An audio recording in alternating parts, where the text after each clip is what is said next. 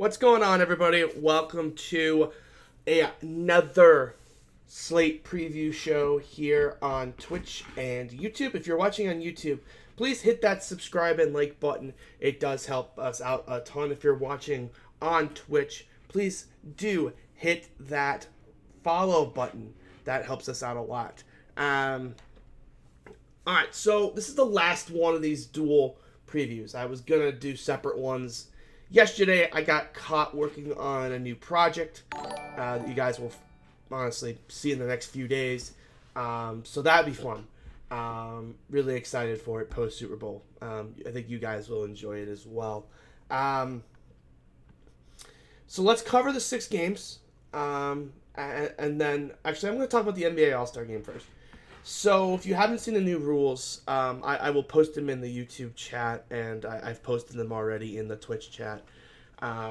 Basically, what they're doing to it is they're turning it into the NHL All-Star game. So for those of you that don't understand what the NHL All-Star game is, they play basically 3-on-3 mini games, and the competitive level just was so much better than the previous All-Star games, because they actually tried on defense like a little bit in every little part of the game instead of just like in the third period for like 5 minutes.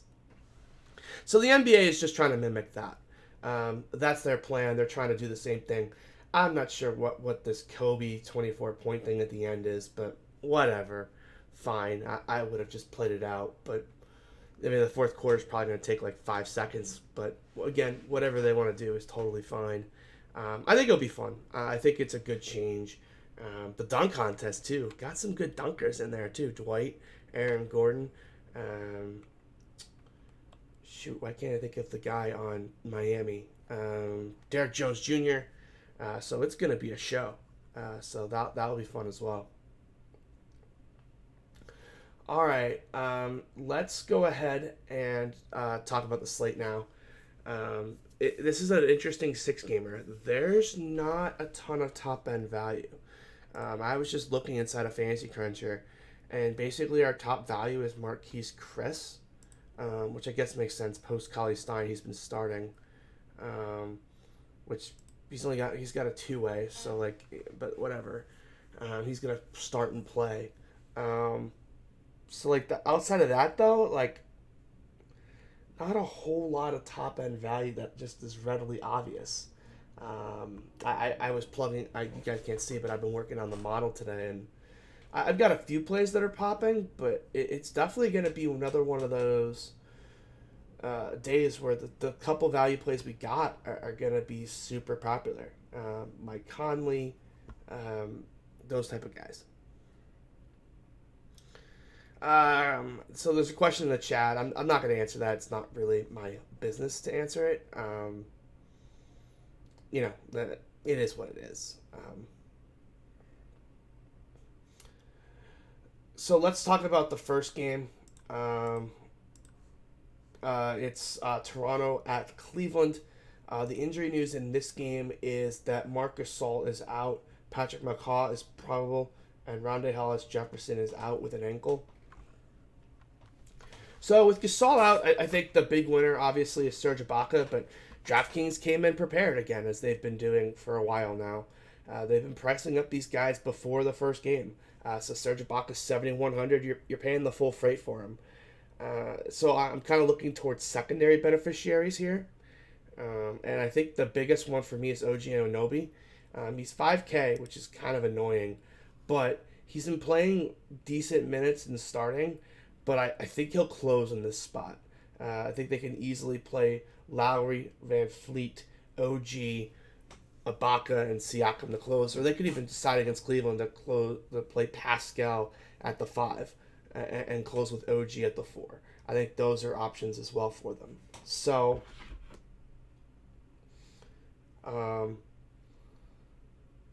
I think that's definitely an option for them. I don't know why someone's texting me right now, but whatever. On the Cleveland side, we're still in the fallout of the post-Jordan Clarkson era. And, C.D. Osman, where is... Darius Garland is priced up to the moon now too. Colin Sexton. I guess the only really value still is C.D. Osman, 4,600. He plays, good minutes when the games are competitive. That Pelicans game was not competitive. Didn't play in the fourth.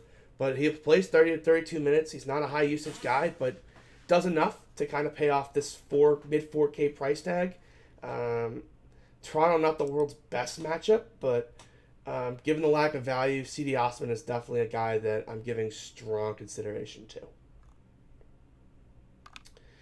If you guys want to ask any questions in the chat as we go along, feel free to do so, because I'm going to kind of just go game by game and kind of do a one last preview. But if you got questions, I kind of want to answer them as we go.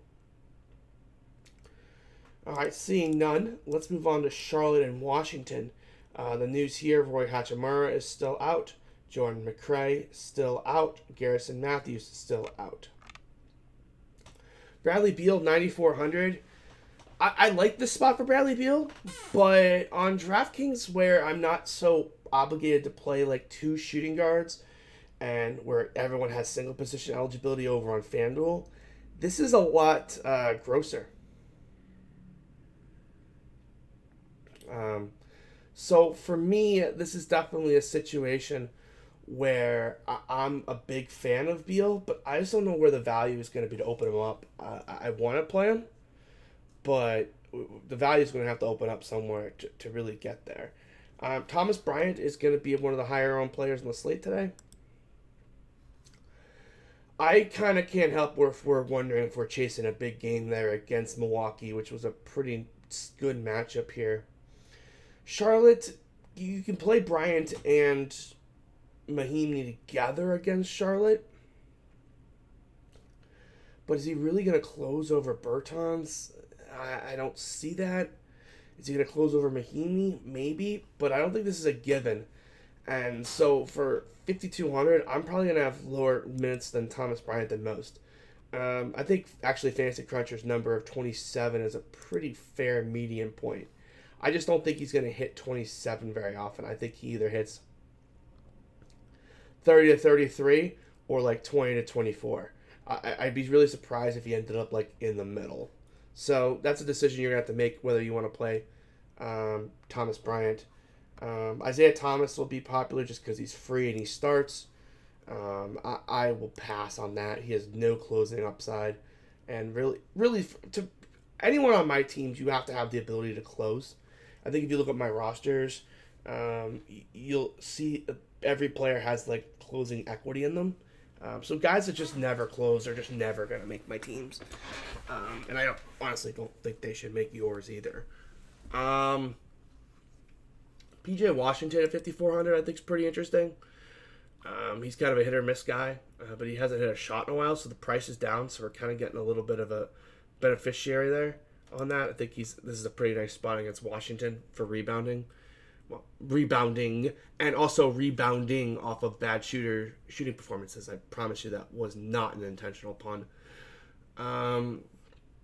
Rozier and Graham priced probably fairly for me, but unless you got a magic 8-ball and kind of tell me which one is going to be the one that goes off, then I really kind of can't go there outside of a game stack.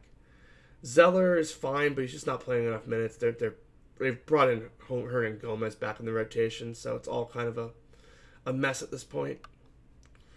Also, Marvin Williams getting PT too. They're trying to showcase him. Actually, don't hate him. If you think that like PJ gets in foul trouble or anything, Marvin Williams off the bench could be a sneaky $3,600 value play. But the minutes would basically require PJ Washington being bad. So definitely would set up a rule inside of Fantasy Cruncher. Max 1, PJ Washington, and Marvin Williams. Yeah, when I say by closing, so the question in chat is, what do you mean by close on the floor at the end of the games? I'm guessing yes, and that is exactly correct. I want guys that are going to be in the game in crunch time down the stretch. So yeah, that is exactly what I mean. But good question. Philly and Atlanta. Big news here is that Al Horford is out. Ben Simmons is probable. Josh Richardson is out until the middle of early February. Bruno Fernando, Alex Len are out for the Hawks, along with Jabari Parker and DeAndre Bembry. So here, I think the big thing I'm going to be starting my day off is which 76er am I going to play. This is the highest total game of the slate. So I have to make a decision. And the options are Embiid, Ben Simmons, or Tobias Harris. Embiid is still going to be the highest owned one, I would imagine. 9,300 against Atlanta. No Al Horford. Going to play full minutes against, I don't even know who's playing. John Collins at center. I mean, that's a matchup Embiid is just going to destroy. But I do like Ben Simmons in games where there's no rim protection and are going to be fast. And that's this game. This game's going to be fast, and Atlanta has no rim protection on the floor. And then Tobias, they don't really have a wing defender that can defend him either. So I kind of like them all, and that's kind of my issue. I love Embiid on FanDuel.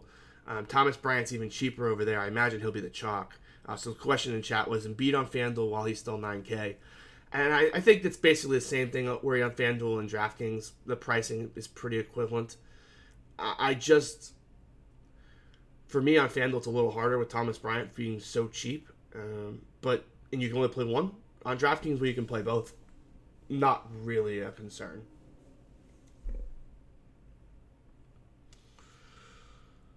One more question, Jax. Max won who? I said PJ Washington and Marvin Williams if you're trying to get cute. But, it's only a getting cute because there's no value on the slate kind of thing.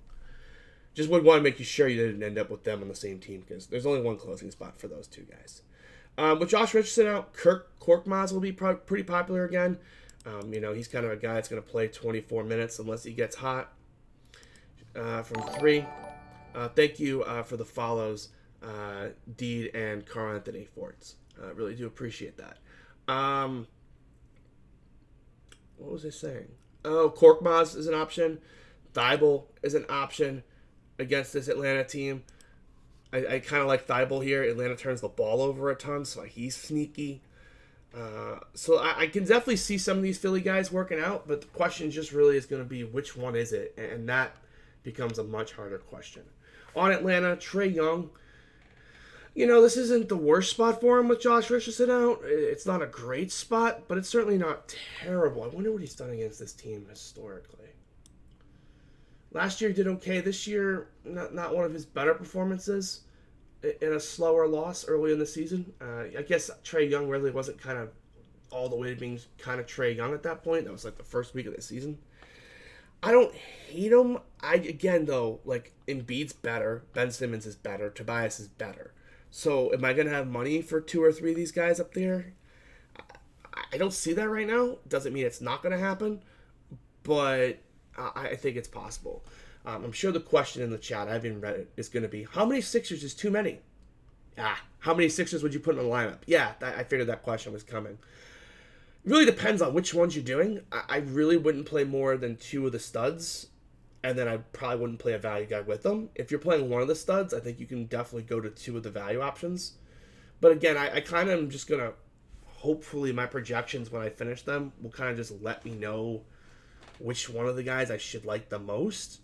But if it doesn't, then that definitely will become a little bit of an awkward question.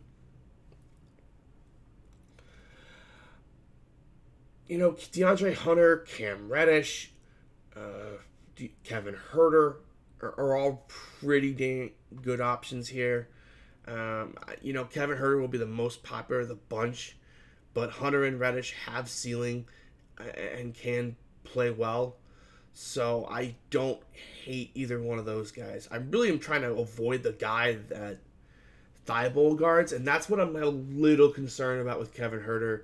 I could definitely see Thibault covering Huerter a lot of his minutes. So that's my biggest concern. I just answered this question, but I'll answer it again. Who do I like more on FanDuel? Trae Young or Ben Simmons? I like Ben Simmons. Well, actually, if they're the same price, that's actually probably really close. I probably would play Trae Young because I'm probably playing Embiid on FanDuel, but that's really close. That was a good question, actually. Another question in the chat about DeAndre Hunter. Hunter's had the better games lately. He's found confidence in his shot. He's been shooting much more. So early in the season, he was kind of chucking it up. Then he stopped shooting for a while. Then he chucked it up again. Then he stopped shooting. Now he's chucking it up again. I'm okay with Hunter the most. I think his minutes are the most secure. I think he's the guy that's gonna at least attempt the shots. So I don't hate it. But, I mean, just when you see the lack of free throw attempts, you just got to know there is a lot of variance in DeAndre Hunter. But I probably would rank them Hunter, Herter, Reddish, factoring in ownership and who I think Thybulle's going to guard. But whoever Thybulle guards is going to just get shut down and kill your team. So just kind of know that going in. Thybulle's going to play about 28 minutes, 30 minutes in this spot. So, I mean, he's not much of a shooter, but he is going to lock down whoever that he decides to guard. So, actually, I wonder if he played much in their first game. Probably not. That was when they were healthy, huh? He played 20 minutes. Maybe I'll go back and watch that tape and see if I can find who he guarded when he was on the floor, because that actually would probably be some good information to know. Second, Dylan Brooks. Oh, don't let me start on Dylan Brooks. Like, I rostered him for months, and he was very good to me. And then, like, as soon as he got expensive, he took this other leap. Like, where was this leap when he was 4K at 1%? Ugh. Not that he wasn't great to me. He was great to me, but if he had shown any sort of this ceiling, like, early on the season, it would have been Donald Duck with the money just in their hands. I had him I think people in the Discord and the Twitch channel can tell you. I think I wrote up Dylan Brooks about every game the first 2 months of the season. 2.5 months of the season. He was like 4K. It's like, it's another 4K shooting guard playing 35 minutes in a fast-paced offense. Sad those days are gone, though. All right. That was a fun flashback down memory lane. I think that's it for this game. This is definitely one of the more appealing games. I think this has some of the better, if no value opens up value. Like, I think there are guys here with ceilings in the 4Ks, which you really can't say in some of the other games. So this is definitely going to be the key game of the night, I would say, right, the way it's shaking out right now. Golden State Boston, the big news here is that Jason Tatum will play on a minutes restriction. I have him for 25 minutes. Fantasy Cruncher going a little higher with 29. I think that's... I acknowledge that he's probably more likely to play closer to 29 than 25. But I wanted to get Celtics, and if I was giving Tatum 30 minutes, I was just not getting any Celtics in my pool, and I know that was kind of a mistake with the highest team total of the night. One last question on that last game that just popped in. Is Furk on chalk? I haven't looked yet. I don't look either until after I do the show. I don't want to influence you guys based on ownership. I want to just do a blind analysis of the players and the plays, and then I look at the ownership once I've done that process. So that's this show. That's what the preview show on YouTube is normally. And then on here, I've looked at it, but I haven't yet. I haven't looked at ownership at all, so I have no idea. So I try to just give it to you clean, if that makes sense. For the Celtics, I think on DraftKings, though, the pricing on them is all a little insane. Other than Kemba at 7,900, I think that's fair. The rest are kind of insane. Like, I like Gordon Hayward on FanDuel, but 7,500 on DraftKings is probably too rich for my blood. Draymond 5,900 is probably my favorite play in the game. I think this is a really good spot for him against an undersized Celtics front court. It's national TV. I think he's definitely going to show up here and play quite well. So that's my favorite. Love using Draymond at small forward on DraftKings because it's a pretty weak position, and he really can provide all sorts of value there. I need to get some WD-40 on this chair again. I need to stop saying too. Tice 6K, no way. Glenn Robinson III is my boy. He's been playing well, but this is just a brutal spot for him. I'm not sure I would fall into that trap. Marquise Chris, 4,500. Forgot to mention him. He'll start. Will he close? Who knows? But like Draymond, this is a good spot as well.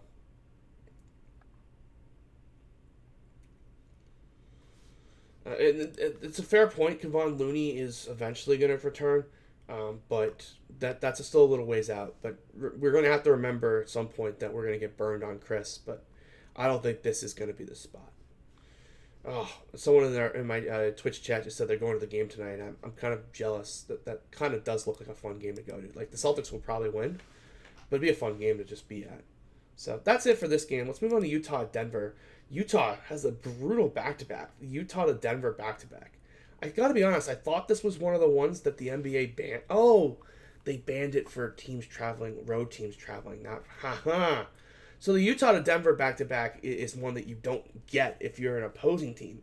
But if you were Denver or Utah, apparently you can get it because the airports are so far away from the metro city. I would encourage you to listen. Also, they banned Portland to Denver, I think, and Portland to Salt Lake. If you haven't listened to Howard Beck on the Full 48, this was in the summer. I think it was like August. He sat down with the schedule makers of the NBA, and I learned a lot of stuff that is fantasy relevant and fantasy applicable about like what are the bad back-to-backs, what are the good back-to-backs. There's definitely some sneaky back-to-backs that you don't think are bad that the NBA has rated. I would love to get my hands on the official NBA back-to-back ratings because I'm sure their advanced analytics are better than the cookie-cutter ones that I'm using to try to figure that out. But that definitely is something that's worth a listen to. I actually probably should go back and listen to it because I used to know what the really bad ones were, but I can't even think of them anymore. Mike Conley's price is up a little bit here to 4,200. Still going to be one of the better value plays on the slate today. Race O'Neal, you just never know what you're going to get with him. But he's an interesting option as well. Just that's kind of how bad the value is, to be honest. 6K Will Barton, not bad with Jamal Murray still out. He's been playing so bad. It's just one of those funks. I know he's been a huge usage guy before this funk in these situations, but he's just been in a funk. I'm not opposed to going back there, though. I'm really not. I do think that's going to change. I do think he's going to find a shot. He's a really good shooter. He didn't just forget how to shoot. So that definitely is an option here against Utah on a back-to-back, too. Would expect their defense to suffer a little bit. Other than that, Monty Morris, 53. This is going to be viable. The play that's staring at me right in the face is 4K Gary Harris. And Gary Harris has just been so bad. Doesn't shoot.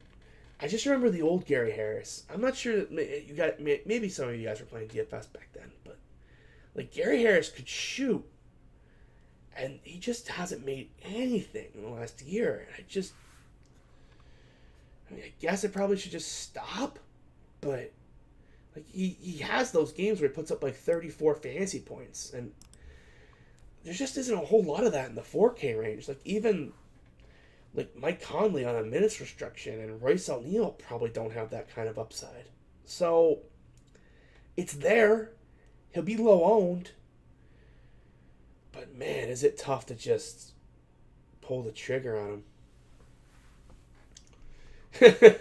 Comment in the Twitch chat. It's just a 1-year shooting slump. No big deal. I mean, I acknowledge it's definitely an issue. But, it's only still 4K. And he's going to... This kind of is, what this reminds me of?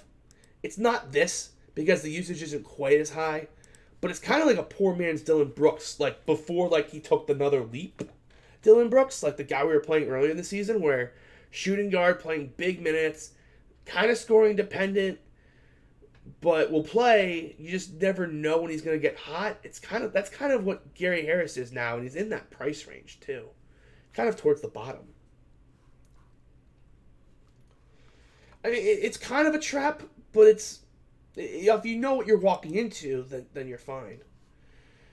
Beasley, no. Hernan Gomez just isn't playing a lot. So, I wish Torrey Craig just did not play, but he's going to play forever, apparently.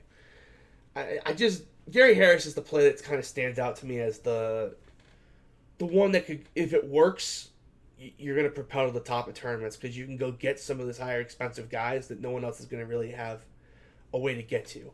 The way the slate currently is, it's the NBA. There could be 19 more injuries between now and lock, but as we do this show now at mid-afternoon, it doesn't look like it. That the values going to be popping. And DraftKings is tightening up the pricing too, which I personally love. It makes you have to plug in the model, work hard. You can't just try to, shortcut it. And that's the way it should be. You shouldn't be able to shortcut this. Okay, let's move on to the final game. Sacramento and the Clippers. The Clippers are favored by 13.5. Sacramento's on a back-to-back. De'Aaron Fox is 7,600 on DraftKings. That's well below his FanDuel price, which doesn't really happen a whole lot. I think that's an interesting spot for Fox. It's a brutal back-to-back. But if this game is competitive, Luke Walton will not be afraid to run these guys out there for big minutes. Like we saw it in that comeback win against Minnesota. Played 37 minutes. They also got blown out at home against Oklahoma City, which is always nice too. The starters didn't play all the way. So if they show up and play a little bit better today, I definitely see some Fox ceiling potential. I like it. Kawhi 10-8. He's been a beast, and he's a guy that I'm probably going to try to fit onto some teams, especially on teams with Fox. I think that's definitely fair to say, because if Fox hits his ceiling, Kawhi's probably going to play most of the minutes, so he'll hit his. So that's definitely a correlation I'll probably set up instead of the rules here at Advanced Adventure. Just a quick reminder how to set some rules in case you forgot. Advanced options, groups. So if I just say if Fox, make sure you hit that key button. That will create if used. So if De'Aaron Fox, at least one of Kawhi Leonard. So that means now on every team I have Fox, I will have Kawhi. Looking at the value in this game, Bogdan 4,800 is an option. He finally shot the ball better. Don't hate it. He'll be very popular, I would imagine. Bazemore price is up. Zubac price is up. Dedmon has just been a disaster. I'm really surprised that they are still starting him. I would not be surprised to see them move to either Harry Giles or move Bjelica to the 5 and just go small. Boy, other than that, though, again, like, Pat Beverly's going to be back, I think. But who knows what his minutes are going to look like. I would imagine he's going to be on a minutes restriction. So, 24, 25, I just don't know if I can get there at that minutes. So, like I said, there really is only those two games with the value guys. It was at Philly and Atlanta, and it's Utah and Denver. And everywhere else they kind of don't exist.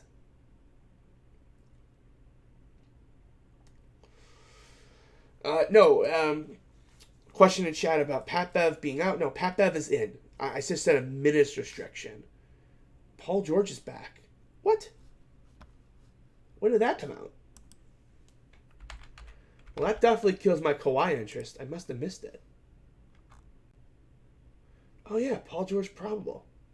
Alrighty, well, thank you for that. I totally missed that somehow in my research. Man, that's annoying because that was really, really, really obvious spot.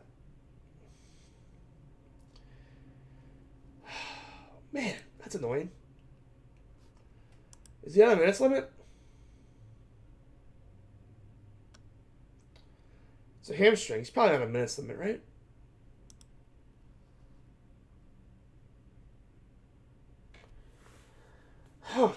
I think I still like Kawhi, even with Paul George back. I'm going to assume he's on a minutes limit, like with a hamstring. Like, this team's going to chase a title. Really no reason to run him out there for the full assortment of minutes coming off the hamstring. So I think I'm going to still play Kawhi, unless, like, Doc comes out and says there won't be a minutes limit. But I would be surprised if there wasn't a minutes limit here. Yeah, I think 30 for Paul George is like the cap, but I would be honestly surprised if he even got there. Like, I would, if I was setting a line, I think I'd set it at 28. I think between the chance of this being a blowout, the Clippers are favored by 13, and then it's the odds they play them less minutes. I would set a little lower than that. Is Fox and George the play? I think it's Fox and Kawhi still. I don't like it as much as I did when I thought Paul George was out, obviously, but I still like it. One last Twitch question. Back to the well with Bielitsa. Oh, boy. If he starts at center, yes. I would pay the 6,500. If he doesn't start at center, though, I kind of would just have to see what my model says at that point. I would suspect that's a no, but I don't want to just be like, absolutely not, and then find out my model loves him. So I'm going to say probably not, but please don't hold me to that. I could change my mind.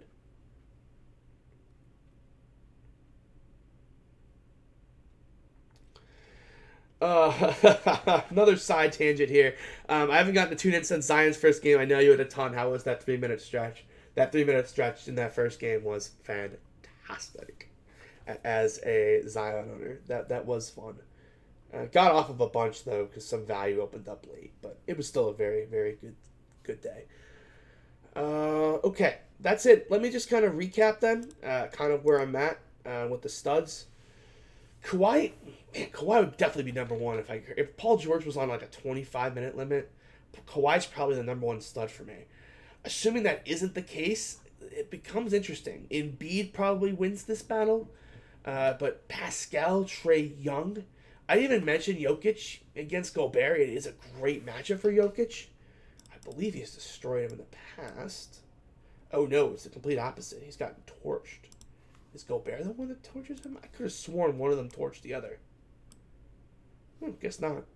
It's weird. That really should be a good matchup for him. He's like Vucevic, and Vucevic just obliterates Gobert. So that's interesting. Would have thought he would have done better. Also, the good news for Gobert, too, is finally some team isn't going to put like a Rudy Gay-sized person on him. Like, that's become a real issue for Utah. After Harrenstein, I was like, oh, we can play Trey Lyles and be fine. And then San Antonio went out there and played Rudy Gay at the 5. So that does not look to be a trend that's dying. But with Jokic at being a star center, we don't have to worry about that today. Actually, you know what? That might not be true. Let's take a look at the Denver rotation. What do they do with the backup 5? Because Plumlee's out. So they're using Jeremy Grant as the backup 5 with Juancho. But those are Tony Bradley minutes. But interesting. This could be an interesting Jeremy Grant ceilings minutes spot if he plays backup 5. Because if he's going to do it against Jaren Jackson Jr., he's certainly going to do it against Gobert. What is his price? Not a player we talked about the first time around. 6,400 for Jeremy Grant. Man, that is a ton. Then again, though, if he plays those minutes, like if he's going to play upper 30s in minutes, he's probably going to get there. But they don't necessarily have to play Jeremy Grant here. They could even go smaller. They could just play straight up Guancho at the 5 if they wanted to. Or Michael Porter Jr. at the 5. They've got options here for sure. You could see when they were closing against the Denver Nuggets, they even tried, that's Jeremy Grant at the 5. So, interesting. So, it's not going to be a Gobert issue. Like, Jokic and Gobert will match up. But Denver is playing some small ball 5. So, if Jokic was to get in foul trouble, that definitely would be what they would be doing here as well. So, I guess I spoke too soon when I said that there's no way that they'll be playing some small ball 5. I guess that definitely is possible if Jokic gets in foul trouble. But that's why we do the recap. Sometimes we find things we missed the first time around. Any 3.2K guy or lower guy you like? I can't even find a guy below 4K I like, let alone 3.2. So, no. So, I was talking about the studs. Embiid 1 for me. Kawhi's probably number 2. And then probably Kemba. But it could be Ben Simmons, but Embiid and Kawhi I think are the best studs, especially if Paul George is on some sort of minutes restriction. In terms of value, we talked about Marquise Chris. I think that's the safest of the bunch. I don't mind Thomas Bryant. I am worried about those minutes. Kevin Huerter's going to be super popular, and if he gets Thibault, that worries me. I think I'd rather play DeAndre Hunter. Bogdan's an option. But again, you can see this. There's no 3K guys popping even on my top 20 values. So definitely going to be an interesting slate if no value opens up. These are the type of slates I like. So I'm looking forward to this one. And tomorrow, Luka Doncic has just been ruled out, so that will be intriguing. Dallas, we'll see. DraftKings does have time to price up the Dallas players, so that will definitely be interesting. So, announcement time. Midnight Madness will make its another appearance Saturday night, 12 a.m. Eastern. So, for some of you, that's Sunday morning. For most of the country, it's late Saturday night. It's Midnight Madness. We'll be talking Super Bowl. We're talking Super Bowl props. We'll be talking lots of props. It's nonsense. We'll talk nonsense sports. We'll talk All-Star Game. We'll talk it's a fun grand old time. So check it out. The link to the Twitch page is in the YouTube channel. Obviously, if you're watching on Twitch, you know where it's at. So midnight Eastern on Saturday night. Check that out. We have a grand old time. So come hang out there. With that, really appreciate you guys all tuning in. Tomorrow we'll be back for sure to the YouTube stream out overnight, and then the Twitch coming in the afternoon. For sure. I know I fake promised it yesterday. We'll be back to our typical split tomorrow, so we can do a little more nonsense and a little more fantasy cruncher learning during the Twitch stream than we've done in the past week. Apologize for that. I was dead earlier in the week. Feels good to be lively and fun. So appreciate you guys tuning in. With that, guys, we'll see you next time.